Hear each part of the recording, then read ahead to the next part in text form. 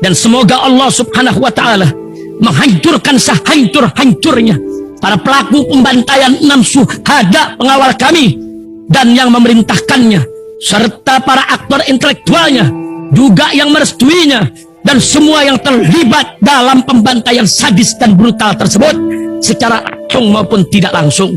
Allahumma dammirhum tadmira waqtulhum badada wala tughadir minhum ahada ya qawi ya matin ya muntaqim amin ya rabbal alamin. Allahu Akbar, Allahu Akbar. Baju koko Habaib putih present Al Godi.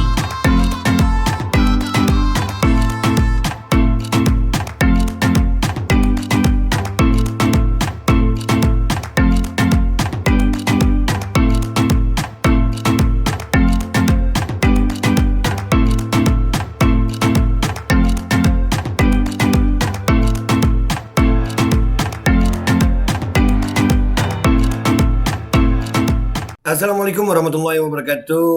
Welcome back, selamat datang lagi di channel Bapak Aldo bersama gua Bapak Aldo, YouTuber rakyat biasa yang tetap santai, tetap sehat, dan jangan lupa ngopi. Bismillahirrahmanirrahim.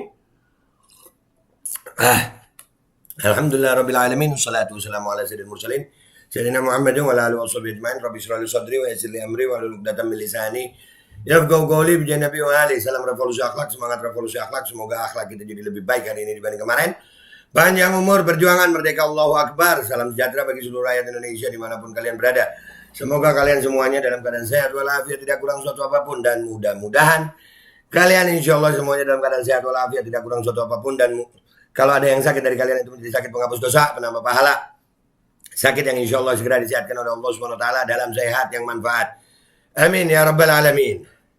Oke guys, konten kita kali ini ada cuplikan ceramah dari sang imam besar kita, Al-Habib Muhammad Rizik bin Husain bin Syihab, mata'anallah betul hayatih. Mudah-mudahan beliau umur panjang, sehat afiat, dan mudah-mudahan kita istiqomah berada di barisan beliau. Beliau menceritakan bagaimana Imam Bukhari, salah satu ulama besar sepeninggal Nabi Muhammad SAW. Jadi memang Imam Bukhari pun dalam sejarah hidupnya itu juga mendapatkan intimidasi dari rezim pada saat itu. Jadi memang benar kata Allah SWT dalam Al-Quran kan, ihdinas siratal mustaqim siratal ladzina an'amta alaihim ghairil maghdubi alaihim waladdallin, amin. Jadi jalan yang lurus itu jalan adalah jalan orang-orang yang telah mendahului kamu, yang sudah mendapatkan nikmat dari Allah. Ini penting kita pelajari agar kita itu nggak usah gampang putus asa gitu kalau kita ngelihat ulama kita diintimidasi, kita memperjuangkan kebenaran itu ada yang hasut, ada yang iri. Itu memang sudah jalannya sayang. Sudah jalannya, dan itu harus kita lalui. Udah nggak usah lama-lama, langsung kita simak aja penjelasan dari Habib Muhammad Rizik bin Husain bin Syihab. Mudah-mudahan ya Rabb beliau umur panjang, sehat afiat, dan dari penjelasan beliau ini mudah-mudahan kita semuanya mendapatkan manfaat dan tetap semangat berjuang memperjuangkan kebenaran yang kita yakini demi negara kesatuan Republik Indonesia, dan agar kita selamat mati husnul khatimah. Dunia kecil sayang. Berjuang mati, nggak berjuang mati. Lebih baik kita berjuang sampai mati bersama ulama-ulama lurus kita insya Allah. Amin ya rabbal alamin. Langsung simak videonya guys. Pada ketika Imam Bukhari umur 62 tahun menjelang ajalnya,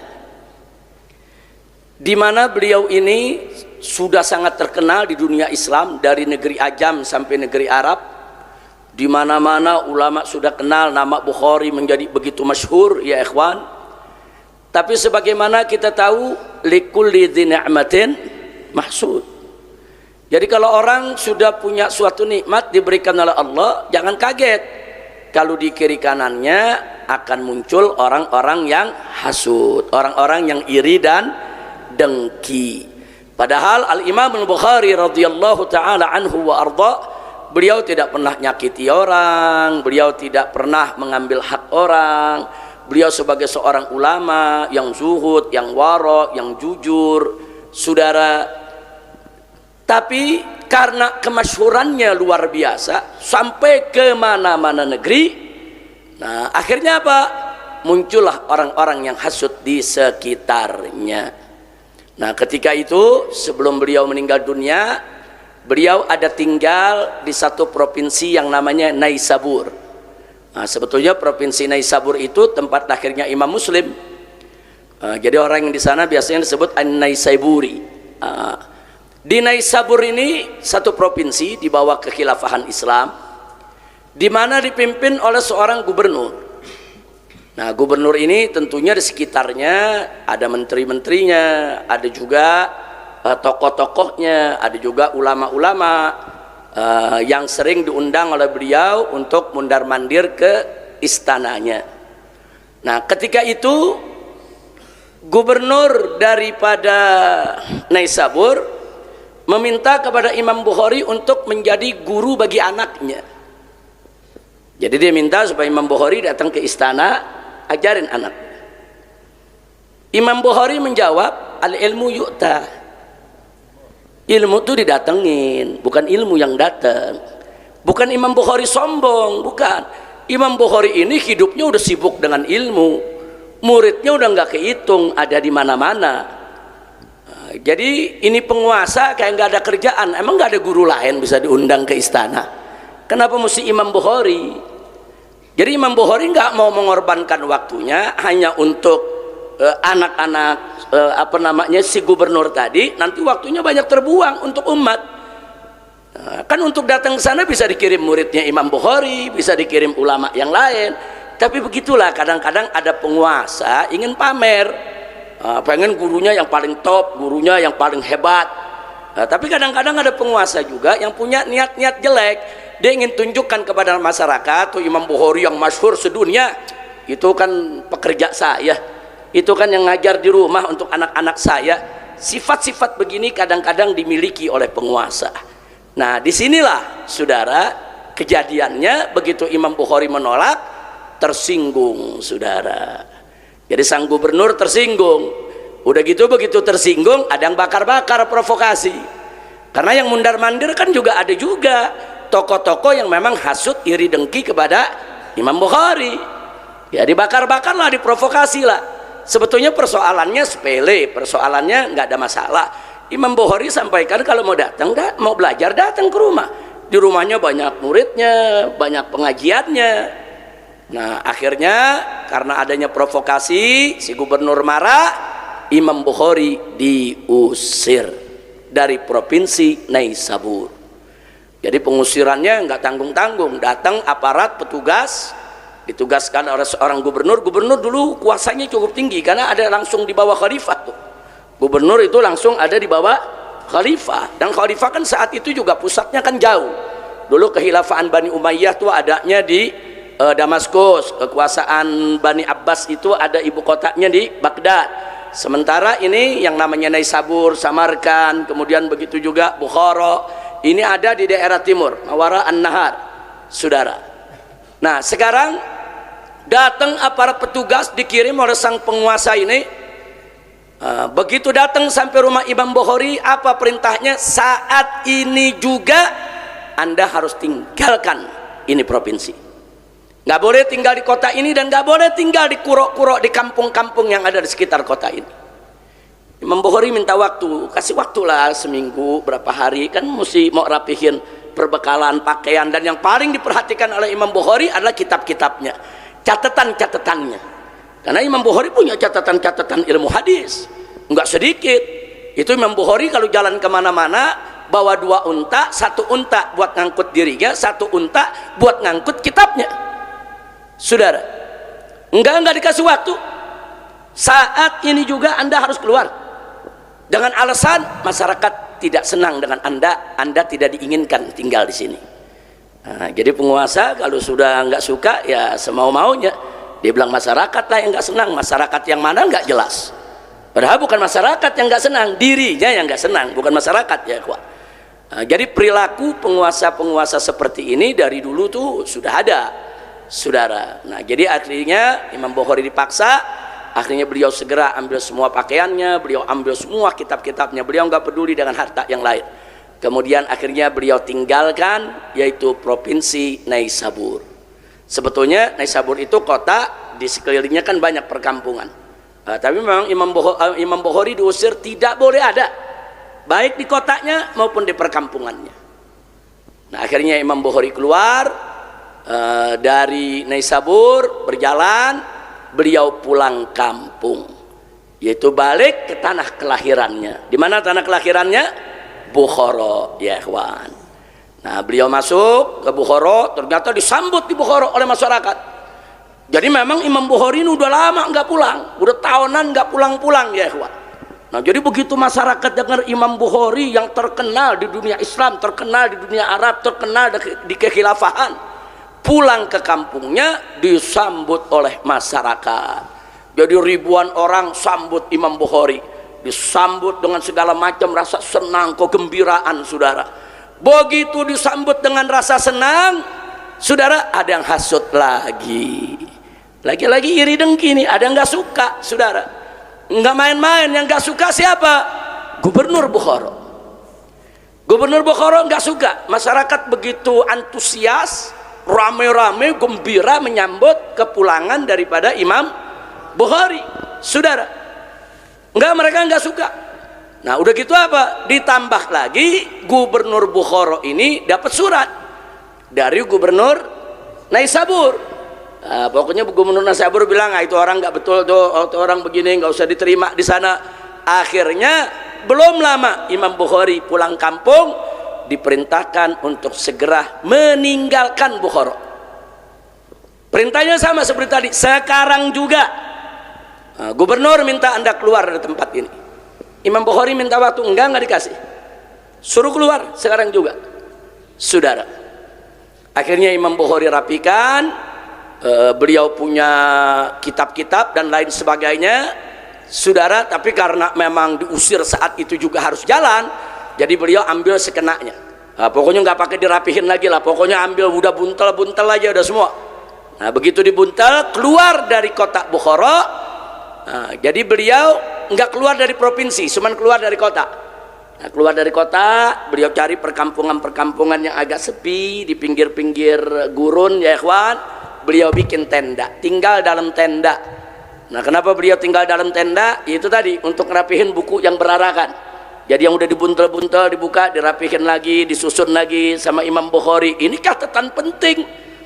Ini catatan yang kita baca hari ini, saudara. Nggak sembarangan kalau buku-buku itu hilang yang ditulis oleh Imam Bukhari. Betapa kerugian dunia Islam. Nah, akhirnya apa? Akhirnya begitu, ini tinggalnya udah di kampung, pakai tenda di gurun, keluar dari kota. Nah, setelah rapi-rapi begitu, didatangi lagi oleh petugas.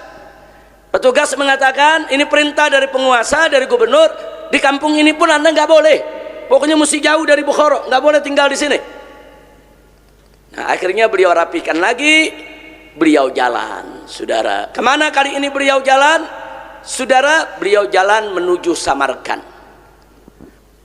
Tapi sampai di sana beliau nggak berani masuk kota Samarkand, kan pengalaman. Masuk di Naisabur di kota diusir, pulang kampungnya sendiri diusir.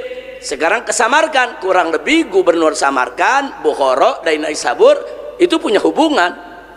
Nah, akhirnya apa? Imam Bukhari tidak masuk ke kota Samarkand, tapi kemudian mencari kerabatnya. Ada salah satu kerabat nggak jauh dari kota Samarkand, di perkampungan terpencil, udah jauh dari kota. Nah, di sana ada kerabatnya, beliau tinggal di sana. Nah, kalau nggak salah namanya Ibrahim ibn Ma'kal, ya ikhwan. Nah, beliau tinggal di sana. Dibantu oleh kerabatnya tadi, disediakan kamar, disediakan tempat, beliau rapikan semua kitab. Nah, akhirnya masuklah malam takbiran. Nah, dia lagi di situ malam takbiran. Lagi mau menyambut takbiran, di malam takbiran itu datang petugas lagi, utusan gubernur Samarkand. Apa kata gubernur Samarkand melalui petugasnya? Kamu nggak boleh tinggal di wilayah kita, kamu harus pergi. Ini kerabatnya Imam Bukhari minta waktu, besok lebaran, besoknya lebaran, apa nggak ada waktu lain? Nantilah lusa, seminggu lagi. Ini kan bukan di kota, di kampung. Enggak, petugas bilang pesannya sekarang juga. Kau nggak boleh berhari raya di sini, mesti pergi.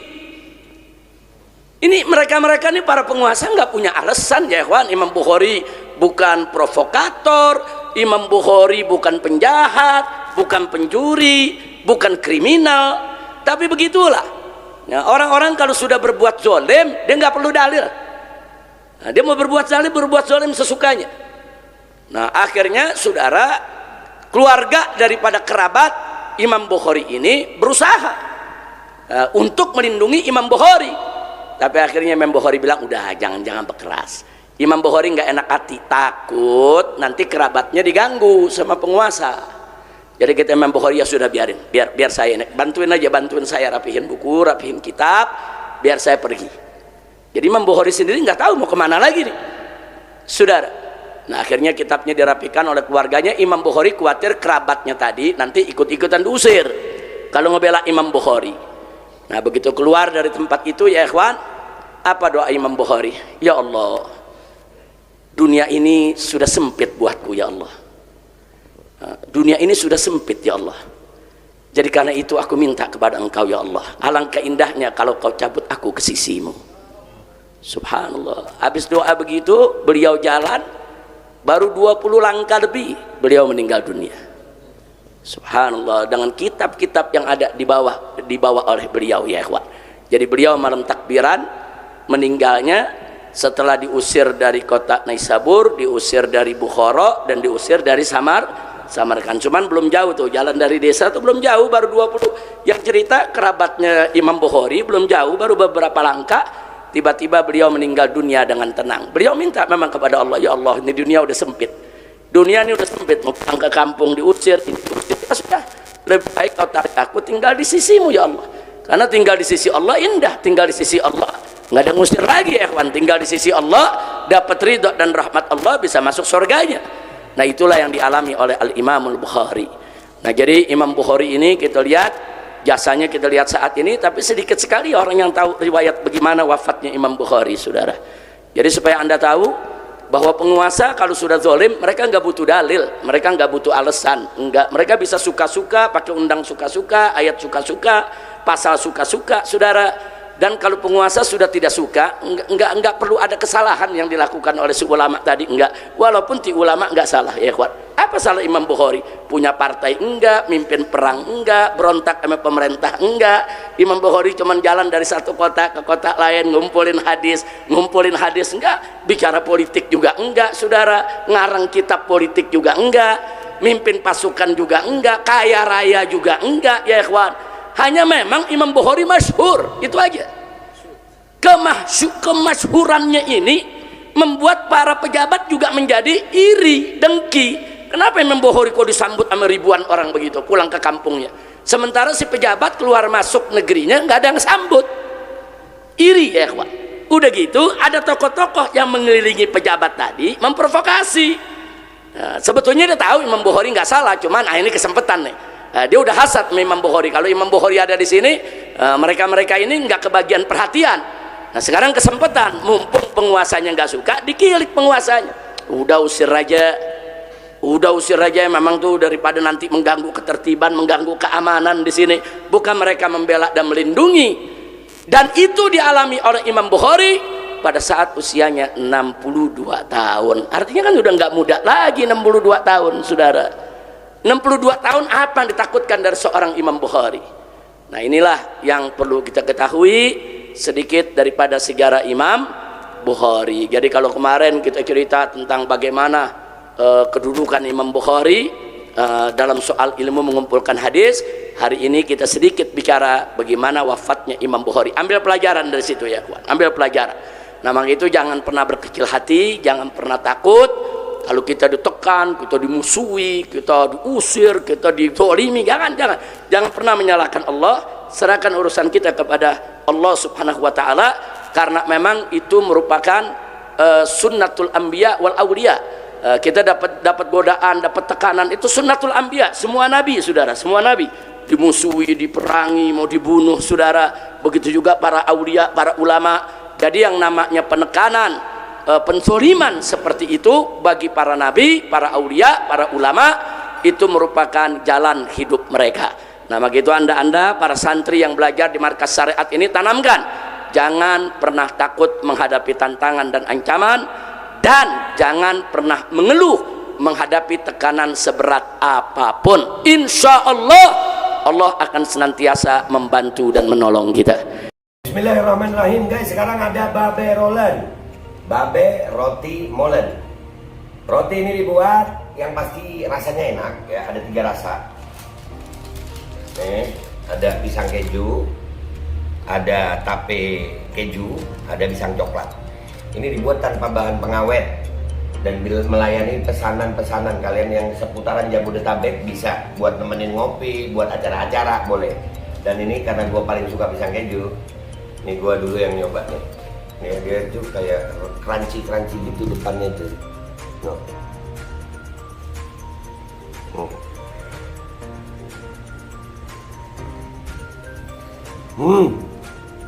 Lo tahu kerennya di depan nih, terus di dalamnya empuk. Ya Allah. Udah nggak usah lama-lama, lu kalau kepingin langsung pesen aja, itu ada nomor WA-nya, nanti gua kalau cantumin, ada juga IG-nya, langsung pesen, murah. Segini cuman nanti dia tanya itu 35.000 kalau nggak salah ya.